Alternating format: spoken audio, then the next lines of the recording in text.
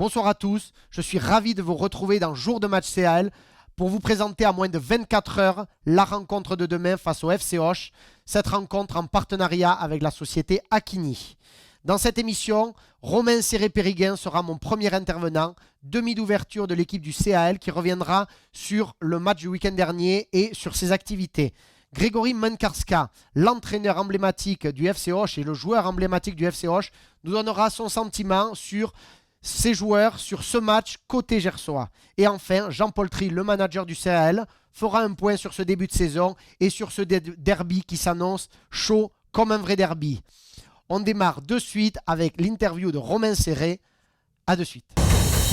À moins de 24 heures de cette rencontre capitale face au FC Auch Rugby ce samedi à François Sarrat de Lannemezan, j'ai le plaisir d'accueillir ici dans les studios de Chloé TV Romain Serré-Périguin, l'ouvreur du CAL. Bonsoir Romain. Salut Romain.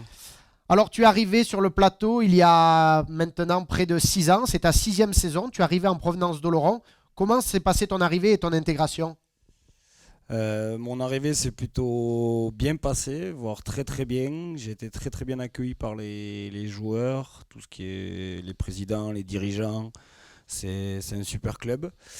Donc très bien intégré. En plus on finit ma première saison avec un titre de champion de France pour la réserve. Pour la réserve. Donc super intégration. Alors parlons de l'actuel, du présent. Comment as-tu vécu ce début de saison depuis l'intérieur du groupe, toi qui es ouvreur de cette équipe première? Au-delà des résultats sportifs et du classement, j'imagine et je sais bien que c'est jamais évident dans les têtes d'enchaîner des résultats décevants, non conformes à ce que vous attendiez dès le début de saison. Il faut rester fort et soudé dans ces moments, j'imagine. Oui. Le début du championnat était un peu compliqué pour moi. Je me suis blessé, donc j'étais pas trop dans le groupe. Sur le terrain, aux entraînements sur les 2 premiers matchs. Je suis revenu pour Lombès. Mais non, le groupe est solide. Franchement, le groupe vit bien.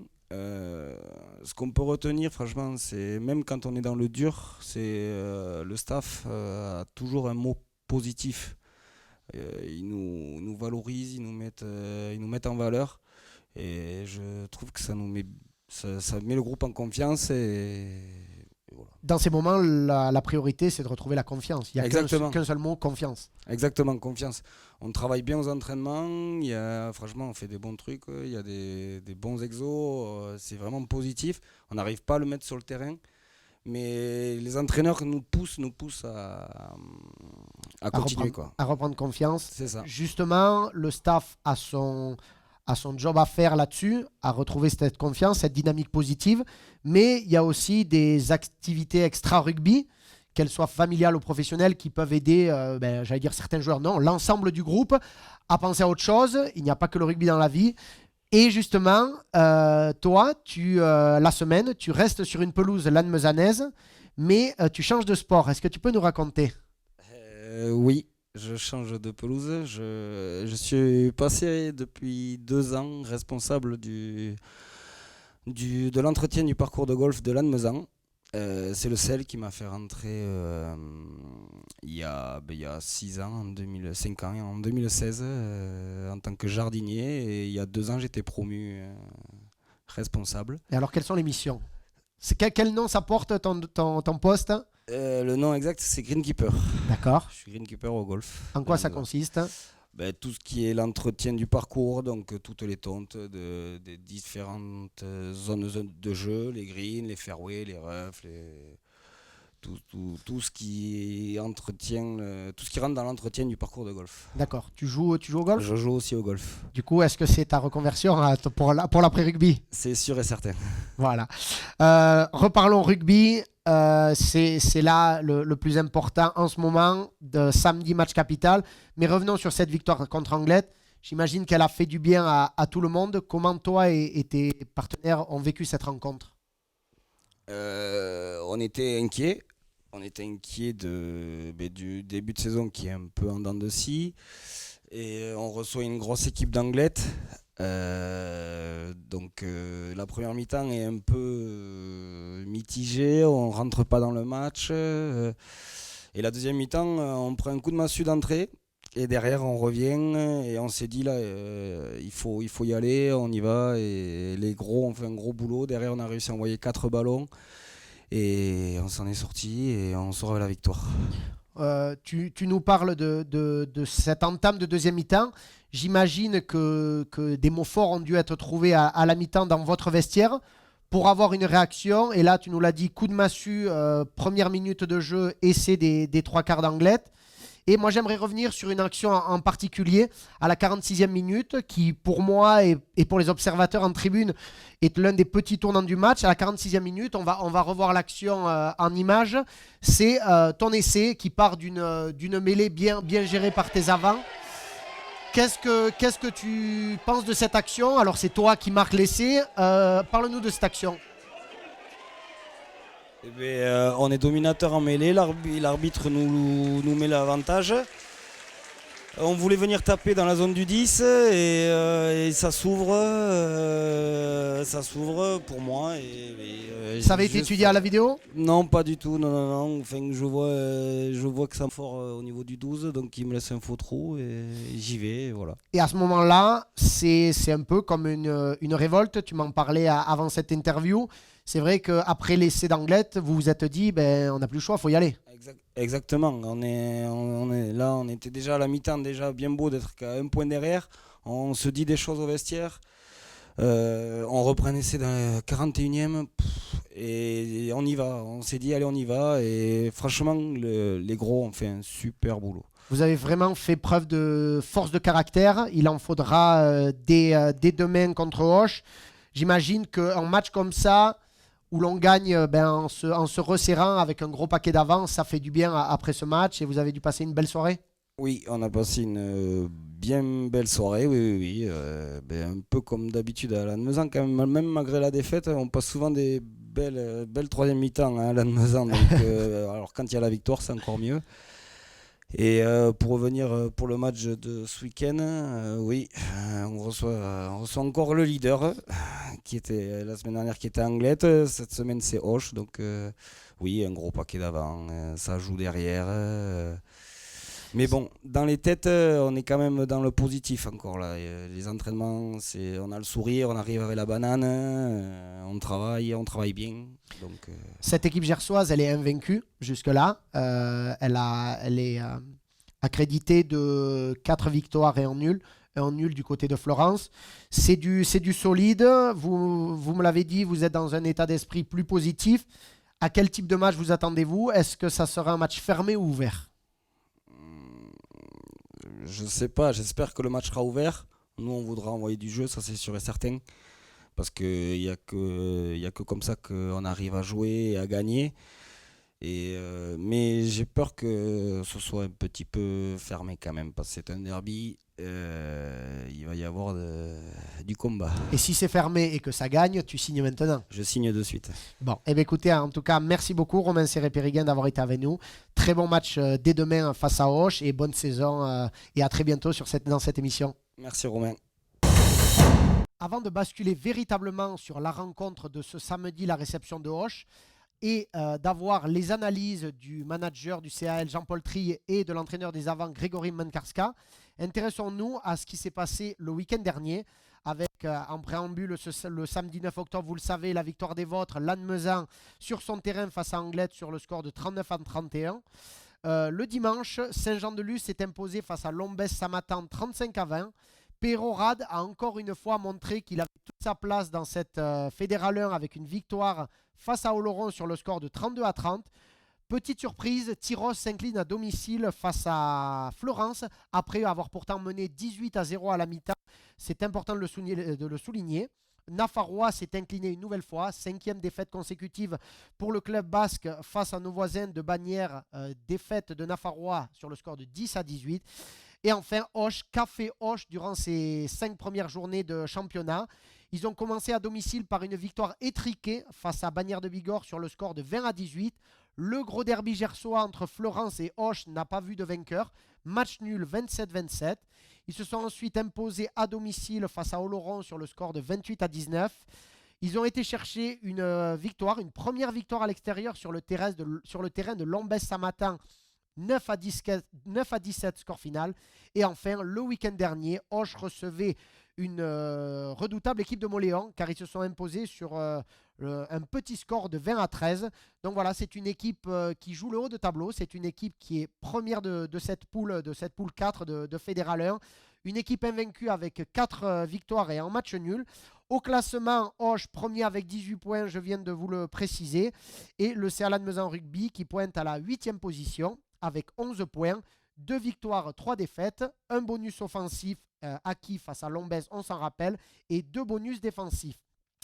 La programmation de la journée 6, deux matchs à souligner ce samedi 16 octobre. Lannemezan-Auch, on l'a dit, 13h30, 15h15 pour l'équipe première. Oloron recevra de son côté Tyros. Et enfin, 4 rencontres programmées ce dimanche. Florence accueillera la Lanterne Rouge Nafarrois. Anglette accueillera nos voisins Bagnères de Bigorre qui se sont imposés 2 fois lors des précédents matchs à la côte basque. Lombez-Samatan recevra Peyrade. Et enfin, derby entre Moléon et Saint-Jean-de-Luz. On va de suite s'intéresser à ce que pense Grégory Menkarska, l'entraîneur des avants du FC Auch. On le retrouve de suite depuis le Gers. Comme vous le savez, dans cette émission Jour de match CAL, nous adorons aller voir ce qui se passe du côté des visiteurs, du côté de l'adversaire du CAL. Et aujourd'hui, nous partons direction Auch, direction le club du RC Auch Gascogne, avec Grégory Menkarska, entraîneur des avants du RCA. Bonsoir Grégory. Bonsoir. Alors, Bonsoir à tous. Alors le RC Auch, c'est un club que vous connaissez parfaitement. Si on envoie les stats, c'est plus de 170 matchs joués, que ce soit en top 16, top 14, Pro D2, Heineken Cup, Challenge européen. Vous êtes occupé de la mêlée de l'équipe première du club des jeunes et puis en charge des avants depuis 2017 maintenant. Le poste d'entraîneur, c'est quelque chose que vous imaginiez après votre carrière professionnelle ? Non, ça m'a sorti un petit peu du trou après la désillusion de mon arrêt de carrière à 32 ans. C'est Roland Pujot qui m'a proposé de s'occuper un peu de la mêlée à Auch, sous l'ancienne entité, donc j'avais accepté. Et non, c'était pas une vocation, mais j'ai eu le bonheur de tomber sur la génération de Bourgarit et Aldrit, Graou, Pimenta, Corato, qui en fait ils m'ont fait aimer être entraîneur, je crois. C'est paradoxal, mais c'est exactement ça. Alors parlons de cette saison 2021-2022. Mais avant de parler des résultats, comment s'est passée votre intersaison pour votre équipe ? Avez-vous connu beaucoup de mouvements ou l'effectif est-il resté plutôt stable ? Beaucoup de stabilité quand même sur une année Covid, post-Covid. On a eu plus de soucis sur la réathlétisation que sur finalement remplacer les départs. Parce que finalement, il y a eu très peu de mouvements. On avait vraiment ciblé du poste par poste avec nos arrêts de carrière chez les plus anciens ou ceux qui voulaient développer notre activité. Parce qu'il s'est fait que pendant le Covid, certains ont trouvé un autre mode de vie et ont décidé de raccrocher aussi. Donc, on s'est forcé à essayer de remplacer ces départs uniquement. Quels sont les objectifs de votre équipe cette saison ? Nos objectifs, ils sont clairs. Hein. Je crois qu'il y a la Nationale 2 qui se monte, un niveau intermédiaire entre la Nationale et la Fédérale 1. Donc, notre objectif aujourd'hui, clairement, c'est d'essayer d'y accéder. Alors, potentiellement, c'est les 4 premiers. Après, il y a les 6. Puis après, voilà. Je veux dire que pour une accession directe, il vaut mieux être dans les 4, voire dans les 6. Donc, aujourd'hui, on est focalisé là-dessus, quoi. Et justement, aujourd'hui, parlons-en, vous êtes bien, même plutôt très bien, toujours invaincu dans ce début de saison avec 4 victoires et un match nul décroché dans le derby du côté de Florence. On peut dire que le RC Auch est en grande forme quand même en ce début de saison. Ouais, tous ces matchs-là ont fini à la pièce un peu. Enfin, je veux dire, on est dans le dur le premier à la maison. Certes, on gagne, donc il n'y a que celui qui gagne qui a raison, on dit. Je veux dire aussi que c'est un fait de calendrier, quoi. Un fait de calendrier, quand vous regardez globalement notre calendrier, notre phase aller est quand même beaucoup plus appréciable que la phase retour. Donc, je pense que c'est pas une finalité en soi. Aujourd'hui, ouais, on est invaincu.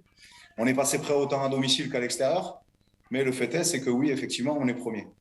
Et l'équilibre est fragile. Je crois que sur un match, notamment celui de ce week-end, tu peux vite basculer sur le milieu de tableau et à l'inverse, les autres basculer sur le trio de tête, quoi. Donc, il est trop tôt pour dire qu'aujourd'hui, tout va bien. Parce que je vous dis, sur le contenu, on n'y est pas encore, quoi. Vous l'avez dit, vous avez constaté votre calendrier. J'imagine que les résultats des autres matchs le prouvent. Tous les points vont compter cette saison. Et face à Lannemezan ce samedi, est-ce que vous connaissez cette équipe et que pensez-vous de leur début de saison?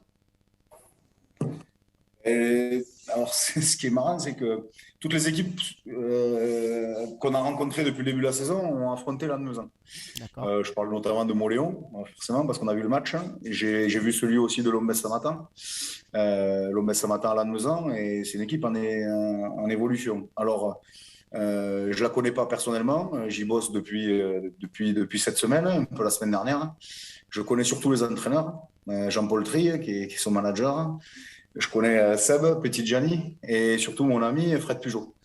Et au-delà du contexte match, championnat, aller sur le plateau, c'est jamais évident, parce que j'en ai les souvenirs et aussi parce que je connais les hommes qui encadrent et la confiance, quand il est gagné, voilà. Je sais pas s'ils sont près de leur match référence ce week-end contre Anglet, mais pour le coup, ils sont rassurés. Voilà. Donc, à nous aussi d'être prêts. On attaque aussi le 3e match du bloc. Et puis finalement, après, je veux dire, une période de non-jeu avec le Covid, c'est compliqué quand même d'enchaîner, je trouve.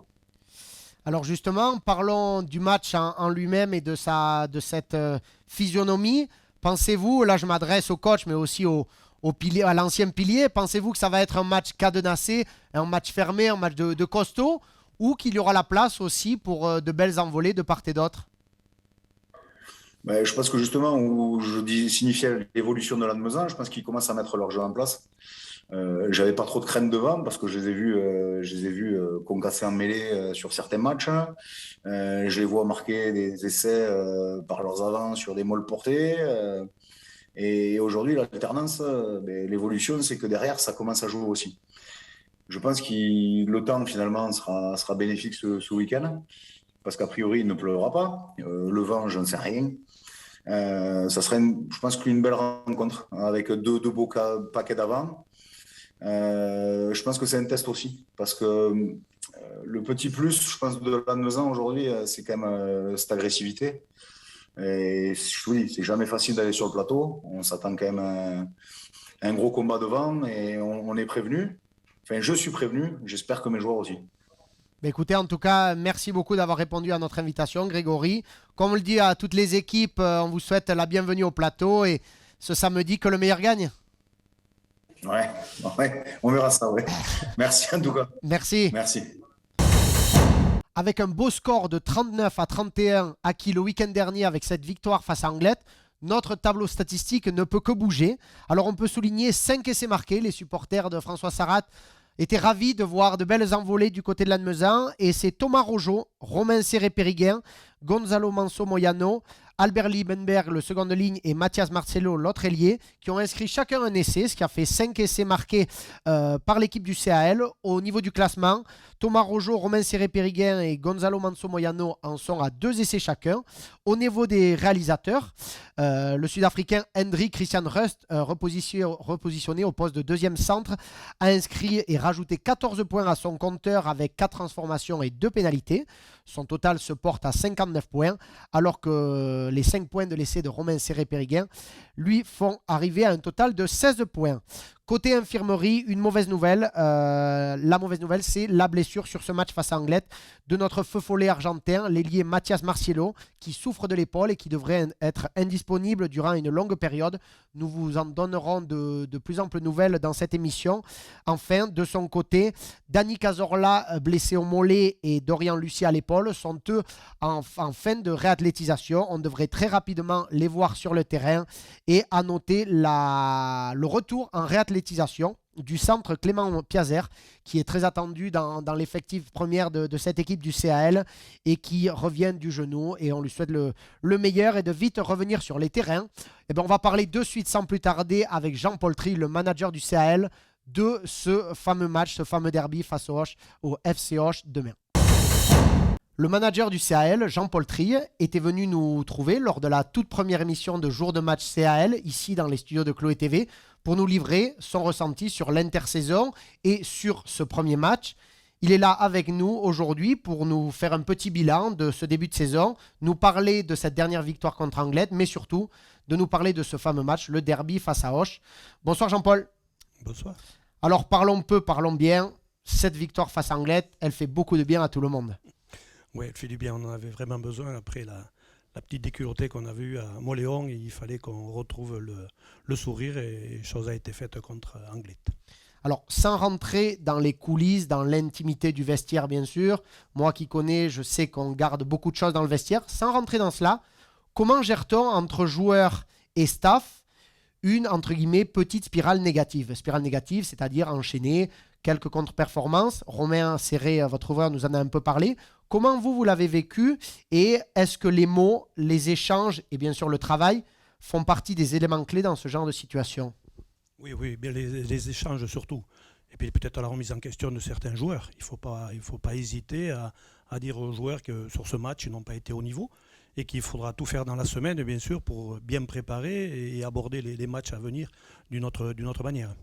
Est-ce que vous, sur ces 5 premiers matchs, vous avez, entre guillemets, on peut le dire, un peu douté, ou pas du tout, par rapport au contenu des entraînements et des matchs?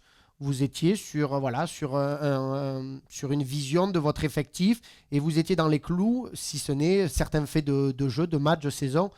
Qu'est-ce que vous en avez pensé? Voilà, tu l'as un peu résumé. Hein.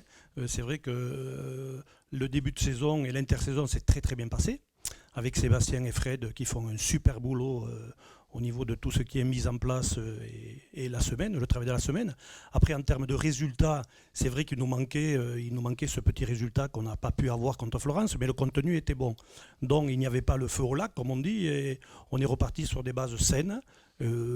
En pointant tout de suite qu'il fallait vite se rattraper, chose qui n'a pas été faite à Oloron, malgré aussi des faits de jeu qui nous ont empêché peut-être de tourner à la mi-temps avec 15 points d'avance, qui nous aurait permis de ramener une victoire. Mais le groupe n'a pas lâché, les coachs ont été très très performants pour remettre tout le monde dans le bon sens. Et puis petit à petit, on est revenu et on commence à faire des matchs qui ressemblent vraiment à des matchs avec un contenu vraiment intéressant. Alors parlons de ce dernier match face à Anglet à domicile. Votre équipe a parfois semblé en danger, voire dépassée. Par contre, la force de caractère du groupe et le jeu, même le jeu produit, notamment en deuxième mi-temps, a permis à votre groupe de toujours revenir et même de faire basculer le match au moment où il le fallait. En tant que manager, ça a dû vous faire plaisir, vous rassurer, mais aussi vous donner encore plus envie d'avancer, d'aller dans cette direction-là. Oui, bien sûr. On avait annoncé aux joueurs en début de saison qu'on n'allait pas révolutionner le rugby, mais on partait aussi sur un rugby complet, et que le danger pouvait venir de partout. Et chose qu'on a un peu de mal à mettre en place, par moments ça se passe relativement bien, et d'autres moments comme Anglet, la première mi-temps, où Anglet a pris vraiment le jeu en son compte. Nous, on a eu du mal, peut-être par la peur de bien faire, mais on a eu du mal à produire du jeu. On attend peut-être un peu trop souvent, est-ce qu'on lance notre jeu sur un ballon porté, sur une mêlée gagnante, alors que le jeu peut se lancer de partout, et on a cette équipe pour pouvoir le faire, et j'espère que les joueurs en prendront conscience.